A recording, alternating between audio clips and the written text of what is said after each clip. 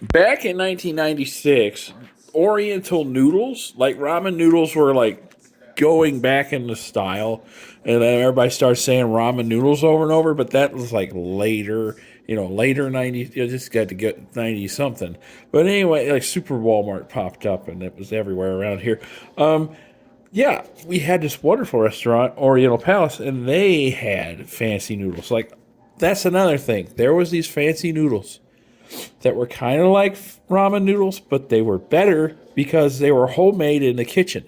It's almost like when my parents used to take flour and make those noodles you cut out the big.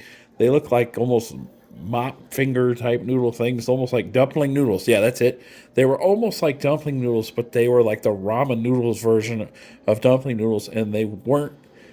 They were cooked perfectly though, because it was like the 90s, and like people cooked everything perfectly then because they had patience and intact. But it's like, but those disappeared as soon as all these ramen noodles got all over the place. Okay, nowadays you will have a pet groomer, and it will be called Noodles, but everybody wants the noodle restaurants.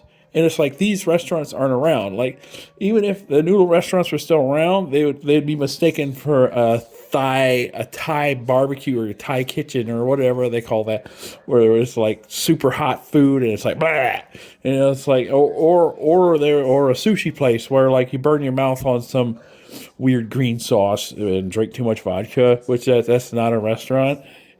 That's ouchie ooey or something, and then you get worms. I don't know, but noodles. I know worms aren't noodles, by the way. Yeah, but